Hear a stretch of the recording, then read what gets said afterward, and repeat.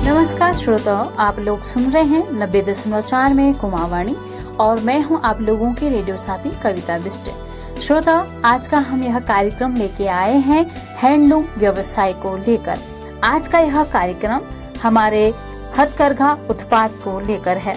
श्रोताओ, उत्तराखंड के बड़े से बड़े, छोटे से छोटे बाजारों, तीर्थ स्थलों, पर्यटन स्थलों में अक्सर आपने रंग बिरंगे हाथों से बने उत्पाद देखे ही होंगे, जिसमें पहाड़ी शाल, आंचल, दुपट्टा, कुर्ता पैजामा, टोपी, मफलर, दन, चुटके, धुरी, चादर बहुतायत मात्रा में देखे जाते हैं, क्योंकि यह सभी उत्पाद उत्तराखंड में लोकप्रिय हैं।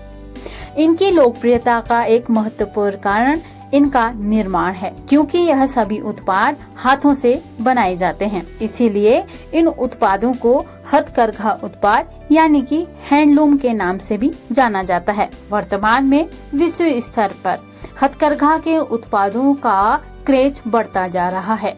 हर व्यक्ति यह चाहता है कि कम से कम उसके पास एक दो वस्त्र ऐसे हो जो हथकरघा से बनाए गए हो, यानी कि हाथों से बनाए गए हो। इसीलिए विदेशों के साथ ही भारत में भी रोजगार का आज यह एक अच्छा साधन बनता जा रहा है। हथकरघा के बढ़ती लोकप्रियता का परिणाम ही है जो हर वर्ष 7 अगस्त को अंतर्राष्ट्रीय हथकरघा दिवस मनाया जाता है। तो श्रोताओं, अगर बात की जाए हथकरघा की, तो इसका जनक भारत ही है। जी हाँ, हथकरघा से बनाने वाले उत्पादों की शुरुआत भारत से ही हुई है और इसका इतिहास लगभग 5000 वर्ष पुराना है। विभिन्न कालखंडों में हथकरघा के उत्पादों के वर्णन हमको मिलते हैं, जिसमें सिंधु घाटी सभ्यता, वैदिक काल, मुगल काल और स्वतंत्रता के बाद भी हथकरघा को पुनर्जीवित करने का प्रयास किया गया।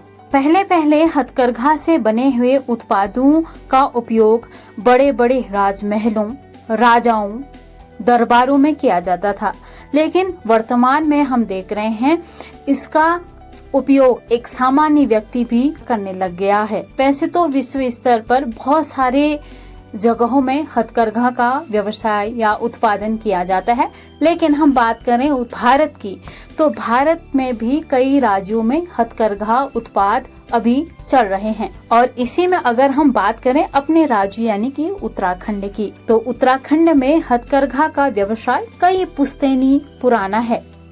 आज ही नहीं बल्कि हमारे बाप दादाओं के जमाने से हथकरघा से बनने वाले उत्पादों का उपयोग किया जाता था। और हम कैसे भूल सकते हैं कि किस प्रकार से नेपाल से या हमारे पिथौरागढ़, जौनसार से लोग अपने दन, चुटके यहाँ बेचने आया करते थे। और श्रोताओं, अगर हम बात करें वर्तमान में, तो वर्तमान में उत्तराखंड में हथकरघा व्यवसाय का केंद्र अल्मोड़ा जिला माना जाता है, जहां महिलाएं कई पीढ़ियों से इसका काम कर रही हैं। इसी प्रकार नैनीताल में, पिथौरागढ़ में और उत्तरकाशी में भी हथकरघा का व्यवसाय बहुत अधिक प्रचलित है। इस व्यवसाय की एक बहुत ही अच्छी और महत्वपूर्ण बात यह है कि यह व्यवसाय महिलाओं में सबसे ज्यादा लोकप्रिय माना जाता है। वर्तमान में हथकरघा से जुड़ी हुई महिलाओं की संख्या के बारे में बहुत अधिक जानकारी तो नहीं मिलती, लेकिन 40,000 महिलाएं हथकरघा के पुश्तैनी काम से जुड़ी हुई हैं। कहा जाता है भारत में हथकरघा के विकास में कई महिलाओं का योगदान रहा है, लेकिन उनका नाम दर्ज नहीं है। हालांकि कुछ प्रसिद्ध महिलाएं हैं जिन्होंने हथकरघा व्यवसाय में महत्वपूर्ण योगदान दिया है, जैसे संत राविदास की मां, जिन्होंने 15वीं शताब्दी में हथकरघा के काम में अपने बेटे को प्रेरित किया था। महारानी ताराबाई, जिन्होंने 17वीं शताब्दी में हथकरघा के काम को बढ़ावा दिया।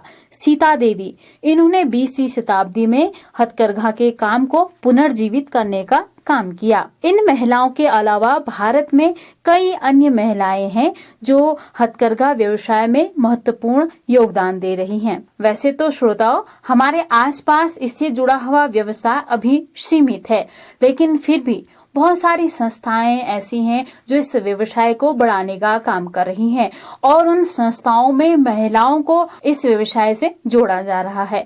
इसीलिए आज हम हथकरघा से जुड़ी हुई एक महिला से आपको मिलाएंगे कि कैसे हथकरघा का व्यवसाय उनके जीवन में बदलाव लेके आया और कैसे वो इस व्यवसाय से जुड़ी। तो दी नमस्कार, सबसे पहले आपका परिचय हम अपने श्रोताओं को देना चाहेंगे। मेरा नाम कविता जीना, मैं ग्राम सिरसा सोलवाड़ी से हूँ। यहाँ बूढ़ी बना में कमरा लेके यहाँ बिनाई करती हूँ। तो दी, मैं आपसे जानना चाहूँगी कि हथकरघा के क्षेत्र में आपकी यात्रा कैसे शुरू हुई, यानी कब से कैसे आप इस व्यवसाय से जुड़ी? पहले तो मैंने 96 में 3 महीने की ट्रेनिंग अपने घर में की, सोलवाड़ी में जी 3 महीने की। उसके बाद मैं 2001 से यहाँ जुड़ी, हैंडलूम सेंटर यहाँ बूढ़ी बना में। तो 2001 में मैं यहाँ आई। मेरी 2.5 साल की एक लड़की थी, उसमें मेरे हस्बैंड ने ITI करी थी इन्होंने हैंडलूम के उसमें। फिर मेरे हस्बैंड ने ही मेरे को यहाँ ट्रेनिंग दी 2 महीने की। 2 महीने की ट्रेनिंग दी, फिर मैं सीख गई थी। अब मैं उसमें बच्ची थी, छोटी थी मैं, 24 साल थी मेरे को। सीख गई मैं इस काम को, धीरे धीरे सीख गई। तो फिर हम धीरे धीरे घर का भी काम करते थे। मेरे सास ससुर भी थे उसमें। खाली टाइम में उसमें हमारे 4 ही लूम थे उस समय, 4 लूम थे जिसमें काम नहीं होता था। मैं घर में भी अपना करके आती थी, यहाँ भी करती थी, वहाँ भी। सास और ससुर जी की भी सेवा करती थी, उनकी तबीयत खराब थी। फिर वो हो गए थे। उसके बाद हमने खेती बाड़ी भी छोड़ दी। फिर मकान में ताला हला लगा के फिर हमने इधर ही को जम गए। फिर जितना भी हुआ हमारा फायदा हमने बच्चों में भी खर्च करा, फिर अपने में भी हो ही गया था। जैसे कि आपने बताया कि आप KGU संस्थान के साथ काम कर रही हैं, तो अभी आपकी संस्थान हथकरघा के क्षेत्र में क्या क्या उत्पाद बनाती है?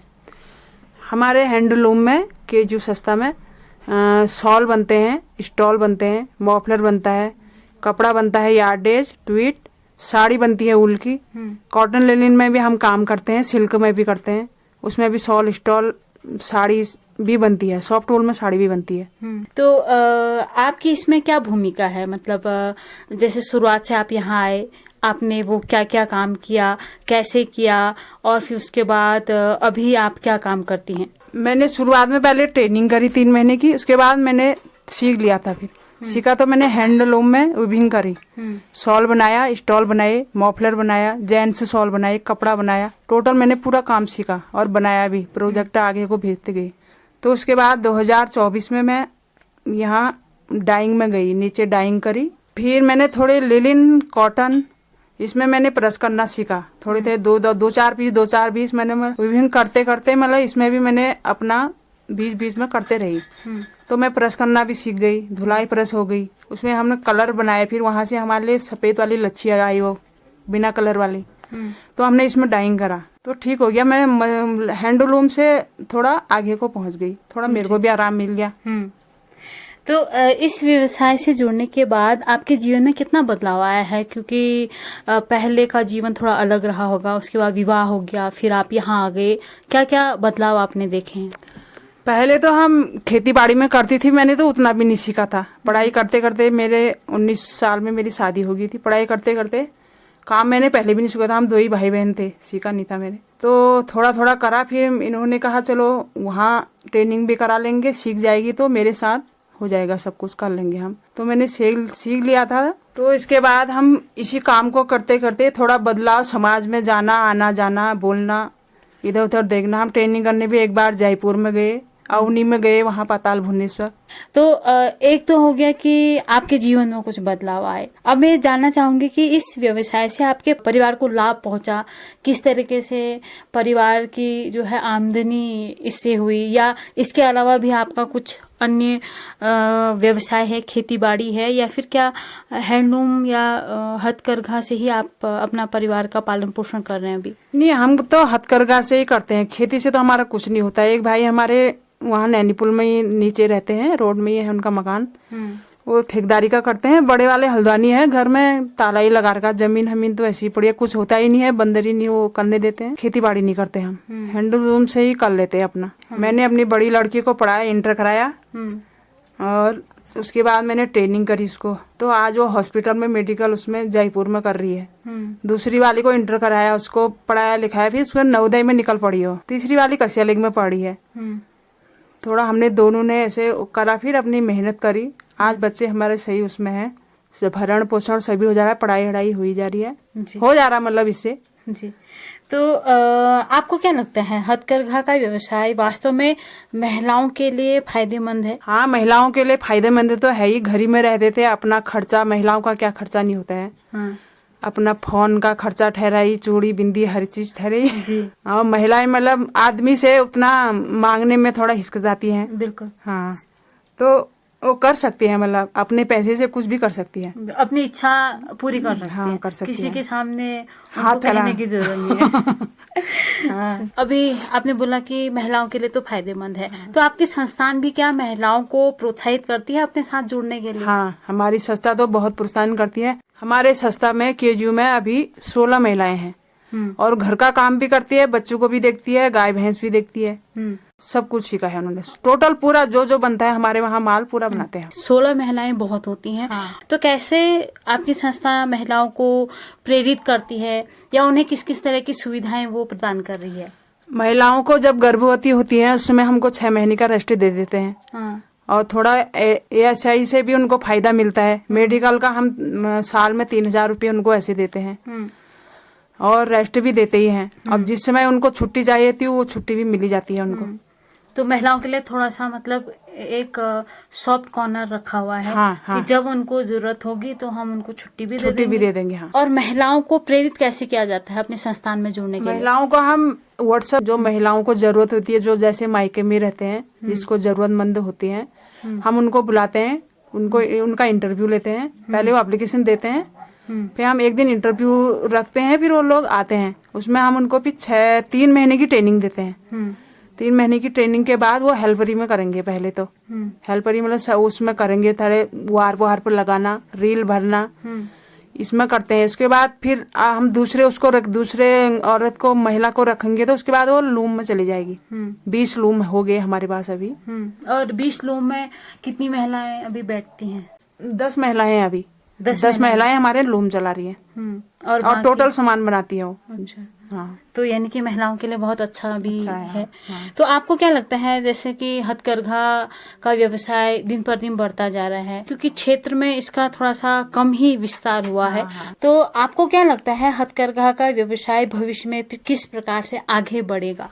हथकरघा जो हमारा सामान बनता है उसके भारत नहीं विदेशों में भी बहुत मांग है, क्योंकि वो हाथ से बनता है, हाथ पांव दोनों चलते हैं, हैंडलूम है वो, और सॉफ्ट भी होता है और उसकी क्वालिटी भी अच्छी है। जो हमारे नेचुरल डाइंग का बन रहा है, इसमें केमिकल बिल्कुल नहीं है, नेचुरल है हर चीज, तो इसको भी लोग बहुत पसंद कर रहे हैं, तो आगे को इसकी बहुत मांग है। हथकरघा के क्षेत्र में आप अपने आप का भविष्य मतलब कैसा देखना चाहते हैं? क्या चाहते हैं कि इस क्षेत्र से जुड़ने के बाद आपके जीवन में और क्या बेहतर हो? मैं तो सोचती हूँ इसमें जो नेचुरल डाइंग का है, इसमें और महिलाएं जुड़े। हाँ। हम अपनी संस्था को और आगे पहुंचाने चाहते हैं। हम दूसरा सेंटर अगर हो जाए इसमें, हाँ, अच्छा चले, तो मैं डाइंग में और औरतों को भी जोड़ के अपना दूसरा सेंटर भी खोलना चाहते हैं। कई लोग आज हथकरघा के क्षेत्र में जुड़े हुए हैं। खास तौर पर हमने महिलाओं को देखा है कि वो इस व्यवसाय में काफी ज्यादा रुचि दिखा रहे हैं। आप उन्हें कोई सलाह देना चाहेंगे जिससे वो इस काम को और भी बढ़िया तरीके से और अच्छे से कर सके? इसमें काम कर रहे हैं संस्था में। हाँ। उसमें जो हमको फायदा मिलता है, जो पैसे ऐसे का होता है, उसमें हम अपना भी ध्यान रखें, अपना शरीर का भी रखें। जब अपना स्वस्थ रहेंगे तब काम भी करेंगे। और मुंह में मास्क जरूरी लगाना है, क्योंकि वो छोटे छोटे रूम जाते हैं ना, वो मुंह के अंदर जाते हैं, उसमें भी बीमारी का डर लगता है। फिर सेहत का ध्यान देना ही है। तो यह थी एक छोटी सी चर्चा हथकरघा व्यवसाय पर। यकीनन हथकरघा व्यवसाय आज महिलाओं को सशक्त बनने में अपनी एक महत्वपूर्ण भूमिका निभा रहा है और हम यही आशा करते हैं कि यह व्यवसाय ऐसे ही बढ़ता रहे और हमारी कई बहनों को इससे जुड़ने का मौका मिले। तो इसी के साथ श्रोता, आप लोग सुनते रहे हैं 90.4 में कुमारवाणी। मुझे दें आज के लिए इजाजत। नमस्कार।